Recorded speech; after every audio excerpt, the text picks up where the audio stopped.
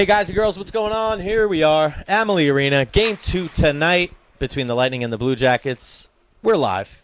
Bolts Breakdown, Bryan Burns, Jay Recher here with you. Of course, we'll get into tonight's game, but we got to look back at the Game 1 loss. And I know Burnsy was a little rough at the end of the night when we had to talk to all the players and John Cooper, but I really did get a sense of calm that they kind of understood, hey, it's not ideal. You go up 3-0 and then you give up a bunch of goals, but you know, I think this is why you have these veteran guys on this team, and they can self-govern, self-police themselves. John Cooper and the coaching staff didn't have to say much because you have guys that have been in situations like this before, so I expect them to not have that carry over for Game 1, and I expect a pretty good performance in Game 2. What do you think? Yeah, I think that calm stems from the fact that they've shown throughout this season that when a loss does happen, they're able to respond really well. Good point. And even going back to previous playoff series, last year against Boston, they had a poor performance in Game 1 and then came back and swept the next four.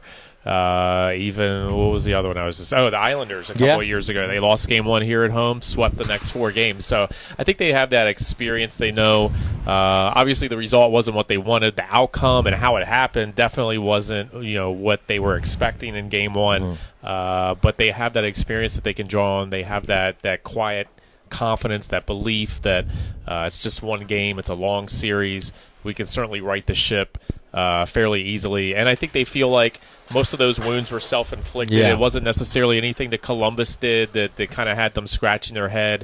It was more of them being their own worst enemy.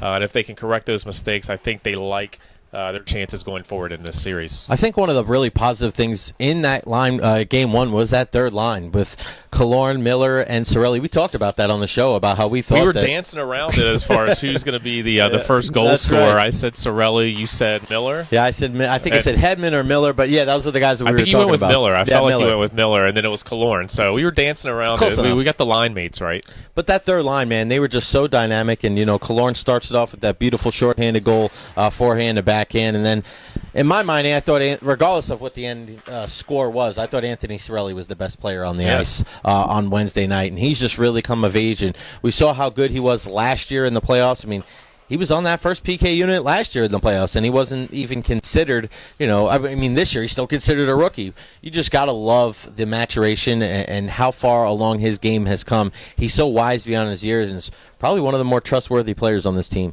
Yeah, he might even be the most trustworthy player, especially, as a forward to go out and he leads the NHL or led the NHL in the regular season for shorthanded time on ice. So obviously they trust him in those certain situations. I've said this for a while now. I think he's going to be the key for the Lightning going forward if they want to have a long playoff run. I think Anthony Cirelli is going to be a big part of that. I think, his ability to play a defensive game and to kind of be that leader of that shutdown line, that third line that does seem like they're going to get a lot of the assignments on the other team, the opponent's top line. They're going to get that assignment, but he's also going to be expected to contribute offensively as well. They're going to be expected to hit, and he just gives you so much. He's such a dynamic player. He does so many things for this team. I think he's a big key for this team. And, they talked about the rookies. Cirelli's still considered a rookie this year, technically, even though he played every one of those playoff games last year and played the final 18 games of the regular season. But I thought the rookies really kind of drove the boat for the Lightning in Game 1. You look at the game that Adam Ernie did. I thought he was extremely physical, and I really liked the fourth line as well. I thought Matthew Joseph used his speed well. His first shift, he came out looking to just hit anybody he could and really, kind of bring the Lightning into the fight against those guys. And I thought, a lot of people said Columbus was going to have to be a more physical team, was going to have to try to maybe take the Lightning out of their game by maybe getting them rattled by being physical. And I thought the Lightning brought the fight to Columbus. I agree. In that first period, I thought I don't know if it was a cognizant effort among the Lightning crew, if that was something they talked about before that game, but I thought they came in looking to hit those guys, bring the physical nature to them, show them that they can be that kind of team that's heavy and can wear on you and has the size, has the speed, has the skill. So I thought that was good from the Lightning, and a lot of that was driven by the Cirellis, by the Ernies, by the Josephs, by the Chernaks. So I really like what the rookies did in that first game. I really like what the third and fourth lines in particular did in Game 1. And that's why, and I think Daniel said it on here. Let me check right here. then I think we need to start hitting more, be aggressive. I don't think that was the case. I think if anything is just you took the foot off the gas a little bit. You got to give Bobrovsky credit because he made some big saves there early in the second period. Because you got to look, they're up 3-0. You have 1 minute and 28 seconds of power play time to start the second period. If anything, to me, I think the big onus is not about being more physical. It's about your best players playing your best. I mean, McDonough didn't play his best game. Hedman didn't play his best game. 0 points from Stammer, Point, and Kucherov. I mean, that's not going to happen every game, and I damn sure don't think it's going to happen tonight in Game 2. I think it's more of that than something like they're not physical or they weren't physical enough. Yeah, and you talk about that power play. I mean, Kucherov had 2 unbelievable chances to score. Had the one that I think everybody thought was going in the back of the net when Stammer fed him on the back post. He had that one-timer, and Bobrovsky just made an unbelievable save, and I think that got Bobrovsky going. That kind of got Columbus going a little bit, too. I think if Kucherov scores there, I think the game's over. I mean, I don't know that necessarily Columbus dies at that point, but I think the Lightning win that game. What were we talking about? I just lost my train of thought. The superstars coming through. Yeah, so, Kucherov got to be, more diligent with the puck. I just way too many turnovers for me, and turnovers just trying to be a little bit too fancy. I don't necessarily think that style of play is going to hold up during the playoffs. You want your leaders to kind of carry this team on their backs, and I thought Point had a good game. I thought he showed stretches where his speed was just really evident out there on the ice. But you need to get more out of Kucherov. You need to get more out of Stamkos. Like you said, Hedman, not his best game. McDonough, not his best game. You need those top guys to kind of be your leaders. And in Game 1, it was the Sorellis and the Terneys and the Josephs and the Alex Killorns. And that's good to see that you have that depth, that guys like that in a third and fourth line role can be big point producers for you, but your big guys need to step up as well too. Without a doubt. Bryan Burns, Jay Recher here with you. As always, we want to hear from you here on Bolts Breakdown. Make sure you let us know where you're watching the show from today. Put it there at the bottom of the screen, and also share this on your Facebook. Let's spread the word. Let's get it out there. We want everybody out there to be the Thunder, and also give us a shout and let us know, what do you think is the big thing that needs to change tonight for the Lightning to be successful in Game 2? Let's take some of your questions now. Bobrovsky played his best 2 periods of his life. Won't happen again. Casey Kim, still a good goaltender, man. I mean, it's a 2-time Vezina Trophy winner. He's no schlub back there. I know he hasn't had the greatest success in the playoffs, but eventually that kind of thing has to turn and things have to change. I mean, look at Game 7s. I mean, Stammer hasn't had the greatest Game 7s, and that stuff has to turn and change eventually. I mean, look at all the times that the Washington Capitals won the President's Trophy and they didn't win the Stanley Cup. And before last year, not many people know this, but before last year, with Ovechkin on their team, forget about making it to the Stanley Cup final. They never even made it to the conference final before last year. So things, like they say, rules are meant to be broken. So are streaks as well. Ryan Mitchell, Jay, you called it. Not surprised we lost, just surprised in the fashion that we lost. Do you think this could be turned into a positive, such a wake-up call to our boys? I think it could be a wake-up call, and maybe not in the sense of they were sleeping to the fact where they weren't taking the game serious, but I think you just kind of get back to the little things and realizing, hey, I think Pierre LeBrun talked about it really well the other night, saying that, this is the first game in 5 weeks that it really meant something, and you have to focus on doing all those little things correct. I mean, earlier this year, they blew 2 big leads against the Flyers and were able to come back in both those games and win. You're not always going to be able to do that where you blow a big lead and then be able to come back and have that firepower and win the game. So I'm not overreacting to it. I mean, we talked about the possibility of them losing Game 1. It's happened before in the past, and that's why I don't think this is like the, everybody panic and everything should be, everybody should be so worried and overanalyzing. It's just one game, Brian. Game 1 for me was I thought the Lightning played one of their best periods that they've played in quite a while in the first period. I thought that was pretty much a perfect period from the Lightning. Score 3 goals. Vazzy looked completely comfortable. Defensively, they limited. I know there was one opportunity that they had, I think, for Tashire, and he missed the net on it. But other than that, they really didn't have any, decent scoring opportunities.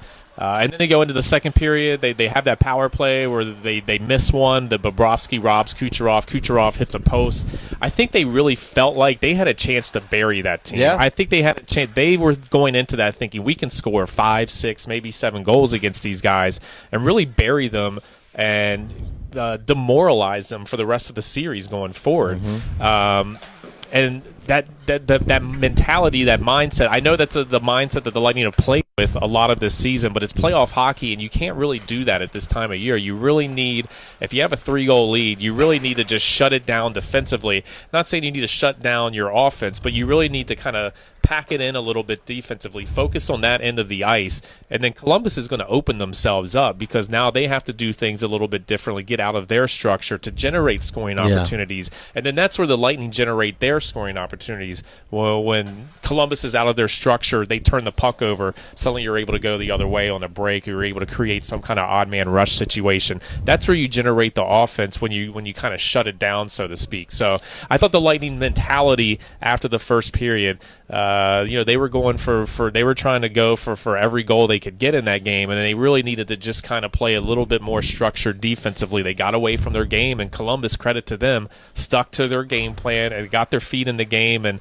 once the momentum started to shift a little bit, they were able to take advantage of that. I think it's tough too. It's kind of like a damned if you do, damned if you don't thing, because if you do kind of play back a little bit and you don't have that same aggressive mindset and then they still score, then people go, well, why did you let your foot off the gas? And then the other rationale is, well, if you try to be too offensive and try to play it like it's 0-0 and then you give up goals, it's like, well, why didn't you have a more of a perfect? Yeah. I think sometimes you try to make too much of it. There's so many different ebbs and flows of the game. I thought John Tortorella made a great point. I think it was after the game, might have been before the game of Game 1, talking about there's always these little momentum swings in the game. Forget about in the game, in period, and just shifts, and you never know what's going to happen. One of the biggest plays of the entire game was the 4-minute penalty taken by Brandon Dubinsky in the offensive zone. You're thinking, Lightning score 1 here, they could score 2 here, and this game is bon voyage. It's game over. The power play looked like crap. The team comes back down. They give up a shorthanded goal, and it's just like, what happened? So you don't always know, what is going to turn the momentum, and you especially don't know who in favor the momentum is going to swing towards. Yeah, the power play looking bad was, first the penalty at the end of the first period. Going into the second period, that power play looked really good. Just unfortunate not to capitalize. The one on the 4-minute minor, you look at the way Columbus sets up on their penalty kill, and the Lightning should be able to pick apart this Columbus penalty kill because they had zero problems bringing the puck into the zone. If we've seen something that kind of derails the Lightning power play, it's that they get maybe a little too fancy with how they bring the puck up the ice. They're looking for the drop pass. They struggle sometimes to get the puck into the zone. And then usually once they get the puck in and they're able to set up, then they're able to go to work and dissect. And that's when you see the beauty between Kucherov and Stamkos and looking for point in the slot, Hedman up top. The Lightning, they had zero problems getting the puck into the zone just by the structure of how Columbus was setting up their kill. So they should be able to set up a lot earlier. They should have more time in the zone on a lot of these power plays, and they really just did not take advantage of that on that 4-minute minor. And that, like you said, that was kind of the swinging point of the game. I know it was 3-2 at that point, and Columbus had a lot of momentum at that time, but the Lightning were still in a good spot. They're up a goal at home. 10 minutes left to play in the game. You've got a 4-minute power play here. That should be lights out right there, and it wasn't. It came back the other way, and I think the Seth Jones goal was a direct result of them just being demoralized, like what just happened. Charlie from Spring Hill says, bring Coburn back tonight. Don't scratch him. Let's give you an update on what we saw and what we've heard so far today. Anton Strawman did return to morning skate today. That was a positive sign. If you want to hear the real elaborate answer from John Cooper from my question at morning skate or after morning skate is he's not in tonight. So there you go. Really, I didn't know about Columbus either. Didn't know if he would be available. Not 100% Columbus. sure. So no Strawman tonight, but good to see him back out there. But he was skating with Braden Coburn on the 4th D pair. And also you saw Danik Martel and Ryan Callahan. They were also out there too, but taking kind of line rushes with themselves, kind of interchanging. And when we were in Brandon yesterday for practice, the only 4 guys on the ice were Ryan Callahan, Coburn, Martel, and Louis Domingue. So from judging from that, Bernsey, it looks like it's going to be the same lineups from Game 1. And I think that's the right call for all those people that say, oh, you got to put Callahan in there. Well, who are you going to put him in there for? You've seen the Joseph are two of the Lightning's best players in Game 1. The 3rd and 4th line, in my opinion, played better than the 1st and 2nd line in that game. So I don't think that you make a rash decision. Callahan is going to get in eventually. I just don't think right now is the time to do it. Those guys deserve to play game 2. I like the game from Joseph and Ernie. And, if they don't have a good game tonight, maybe you go with a more experienced guy on the road. We'll see. But I think same lines is the right call. Don't panic. Don't overreact. I think more of the panic and overreaction is coming from the fans and some of the members of the media. I think some fans have gotten a little spoiled by this team. I agree they just with really you. expect this team to go out. Like, if you expected the Lightning to just come out and steamroll Columbus, like the Lightning were just some unbelievable juggernaut that was going to roll through the postseason. I think it's and more Columbus the other was way. Just Yeah, weak, exactly. Number seed, the number 8 seed, just squeaked into the wild card spot, and they're going to lay down. This is a good team. Like, this is a really good Columbus team. And there's so much parity in the NHL right now that even though the Lightning did have 62 wins during the regular season, even though they did finish so many points ahead, there's still not that much difference between the Lightning at the number 1 seed and Columbus at the number 8 seed. Funny bounces of the puck can go against the Lightning, and suddenly, Columbus is 2-3 games up ahead, or could even win this series. I mean, I think we all expect the Lightning to win this series and them to be a better team than Columbus, but it's not such a great margin that they should just go on the ice. All they have to do is show up, and they're going to blow them out. I mean, it's going to take a lot of work and effort to beat this Columbus squad. It's a lot of good players. So we said this is 2 best Russian goalies in the world right now, arguably the 2 best in NHL history, a 2-time Vezina trophy. You got a guy that John Tortorella just said it after morning skate, and I agree with him. Seth Jones is going to win a Norris Trophy in the next 5 years. I wholeheartedly believe that. I thought after that first play, I thought he settled in, and he was probably the best defenseman on the ice after that first snafu there. And him and Werenski, I mean, it's just a good pair. And, they got some depth up front. You saw Josh Anderson. That was a guy that we really wanted to watch out for. And some of those other dudes on the team, and Dzingel and Duchesne, making some nice moves in the corners. Just no need to overreact. It's one game. You'll see how it happens tonight. And for people that go, oh, it's a must-win game, do you think it's a must-win game? I don't think it's a must-win game. It's not must-win. Thank you. All right, there's people all over saying it's a must-win game. It's a must-win. Just look to last year. This team was up 2-0 on the Washington Capitals. Game 3 overtime, they lose that game, and then they end up losing the series in 6. So, okay, let's say the Lightning do lose the game tonight, and then they win Game 3 in Columbus. Who's the pressure on? It's on the Blue Jackets. Everybody's going to say, here we go again. And a lot of times those things snowball, and you get into your head this, it's not a must-win game unless if you lose that game, you lose. You're out. That's my opinion. Yeah, those are the only must-win games, the elimination games. I'm with you, brother. So, Bryan Burns, beat writer for TampaBayLightning.com. Jay Recher from 95.3 WDAE. All right, Burns, let's get into tonight's game. Your 3 keys to victory for the Bolts as they take on the Blue Jackets in Game 2 here at Amalie Arena. Number 1 for me, and I touched on it earlier, but just continue to be physical. I really liked how the Lightning started that game. I thought that physical nature and trying to bring the fight to Columbus rather than maybe letting Columbus try to be more physical. And what a lot of people thought, that Columbus was going to have to be more physical than the Lightning and maybe try to get them out of their game by being heavy and leaning on them.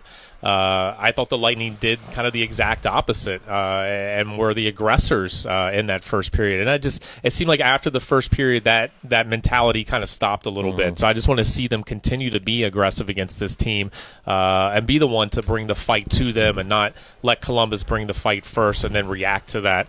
Number 2 for me, quit being fancy. I thought quit being fancy. There's just way too many fancy passes. No, we look good fancy. All right, good. We didn't plan this either. I know you guys were saying, man, you guys wearing blue. Now we're wearing gray. So we won't tell each other the next time we do Bolts Breakdown what colors we're going to wear. So we'll, but you never know. Yeah, maybe we'll just get on a run where we just wear the same color suit the whole time, not even coordinating with that, and that's what happens when you do this. That's what happens when you do a show with the same guy for the 2 years. That's what happens, man. Fancy. Just too fancy, I thought, especially from Kucherov, especially from Stamkos. Playoff hockey isn't about the beautiful goal, the perfect setup that's going to lead to that beautiful goal, or the home run stretch passes that leads to a breakaway. It's about doing the little things, the dirty things, about being not dirty as in like going out and sticking guys cup or anything. The greasy goals, the greasy goals, the dirty work, going to those dirty areas. That's what playoff hockey's about being sound, about being solid, it, about making the smart play rather than the high risk play. I thought the Lightning in that second period, they just went for way too many high risk plays, and you saw it. They were hemmed in their zone for much of that second period, and a lot of it was they'd get the puck and then they try to, a long stretch pass up the center ice for someone. It would get intercepted and immediately it would be back, behind their net, and here they are having to go dig it out again and work to get the puck back, and just really didn't value possession of the puck after the first period was over. And a lot of that was, I just thought they were playing a little bit too loose and a little bit too fancy. So just make the smart play rather than that high risk play that doesn't have a lot of reward at this time of the year.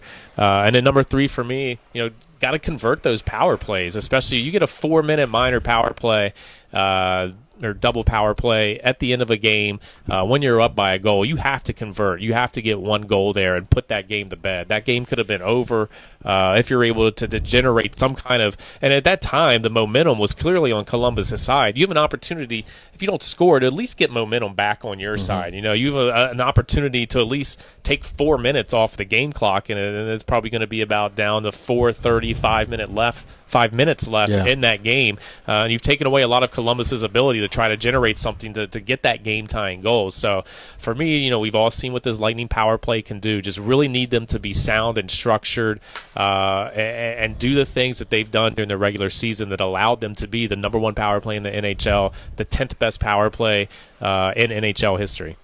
Yeah, my 2 guys, I'm going to go 2 guys to watch. Josh Anderson and Nick Foligno, both of the guys I believe got on the scoreboard in Game 1. I just think Josh Anderson's size, I think we talked about this in Game 1, is a real factor. And Nick Foligno is a warrior, man. We saw that goal really kind of woke them up and said, hey, we're not out of this game. We're right in this thing. So, hey, it's just... You got to watch those 2 guys. You keep them off the scoreboard and you keep them contained. I think the Lightning will be in good shape. Let's hear your score prediction for tonight. Sam Silverberg wants to know, what do you got, Bernsey? I'm going to go 3-1 Lightning. I like 3-1, man. I'm going to go 5-2. How about that? Casey, let Yanni throw some hands. Hey, man. Lightning or Columbus? Oh, Lightning. Okay. I think the Lightning win this game. Let's quit. Yeah, you look historically, the Lightning in Game 2s are really good, and then especially under John Cooper, and then Game 2s following a loss, they're like 5-1, 6-1, something like that under Cooper. The only time they lost was last year in the Eastern Conference Final, but then they went to Washington and made both of those back up by winning those next 2 games. So Lightning have been really good under John Cooper after kind of a poor performance in a playoff game, of coming back that next game and kind of righting the ship. Even in the regular season, I mean, look at, absolutely. They were 18-1-1 this year after a loss. It's crazy because a lot of times, and I don't want to say it's something that. Usually when you're a great team, you're not always resilient. And I don't know if I don't want to take anything away, but it's like usually a resilient team is a team that is kind of a team that has to scratch and claw for everything, and the chips are stacked against them. This team is the rare breed where at times they can win when they're ahead and they bounce back from losses. So there's just so many different kind of nuances with this club where they can win so many different styles, and even when they don't win, they kind of dig deep and find a way to be able to bounce back. That's why I have full faith that the Lightning are going to take care of business tonight. Daniel says, thanks for doing this, guys. It means a lot to the fans. We got this, guys. Thanks for watching. Yeah, we appreciate that, man. Make sure you guys give a shout, and always let us know where you're watching from. Share this on your Facebook to all the Lightning fan pages. I know Thunderpop Pie is one that everybody likes to talk and share it to, and we really do appreciate it. Follow Bryan Burns on Twitter at BBurnsNHL. You can follow the team at TB Lightning. Go to TampaBayLightning.com for the best news and notes. What do you got on the page today, brother? I just think the Lightning are a little bit angry about what happened in Game 1. A little ticked off, so we'll see what a ticked-off Lightning team does here in Game 2. He's not ticked off. He's a generally positive. Sometimes I get ticked off. Really? Yeah. What? Oh, yeah. West Virginia loses? Oh, that ticks me off, big time. Don't start throwing things. Don't tweet Bernsey when the West Virginia Mountaineers You know what really lose. ticks me off is the damn trolley that goes back and forth between Ybor and by the arena. That thing blows its whistle at like the slightest hint of maybe a car might cross in front of it, and I just happen to be standing beside it when it blows that whistle. And I really hate loud noises, especially loud noises in my ear. So I'm not a big fan of the trolley drivers here in Tampa Bay. So if you're a trolley driver, quit laying on that damn whistle. He's like Brick Tamlin from Anchorman. Loud noises! Everybody's looking. That really echoed. That was pretty good. You can tell everybody got off the ice in morning skate. Let's go, Bolts! can hear that pretty good all the way to the other side of Amalie Arena, north side on channel side. All right, make sure you follow me on Twitter at JRecher. Follow the station at 95.3 WDAE. Go to 95.3 WDAE.com for the best Bolts coverage. As, of course, it is going to be up the dial on our sister station tonight, News Radio WFLA on TV, I believe on USA again, and then also on Fox Sports Sun. So that puck drop will be at 7 o'clock tonight, so pregame. I'm not sure about USA. No, USA. I feel like it might have switched. There's like CNBC. You guys will tell me right Just here. check your TV guide. Do people still have that TV guide? I don't think they have TV guides anymore. Those used to be collector's items, but they don't have that Yeah, anymore. George Costanza's dad. He I collected remember those. that. Yeah. I remember that. So next Except for that game- Al Roker one. He lost that one. And God, I met Al Roker once. Oh, yeah? Yeah, we went to the same college. Seems like he'd be a really nice guy. Awesome, and he Yeah. lost a lot of weight, so he's such an awesome dude, man. He's such an inspirational kind of guy. And went to Oswego, like I said, big sports broadcasting place where Steve Levy and Linda Cohn, two big hockey fans as well, too. And What Linda, is it about New York colleges at Purdue? Like Syracuse is the mecca of Yep. broadcasting. And then Fordham's another big one. And then I looked at Fordham. Yeah, Yeah, I looked into it. I looked into I schools didn't apply, too. but I looked into it. I looked into schools too, and then I flunked out of them because that's what I do. That's I'm not a quitter though. I didn't quit. See, They Sam kicked me out. Silverberg says Stan. Or no, is that Sam? I can't Sam read Silverberg. right now. Are Sam you related Silverberg. to Jacob Silverberg?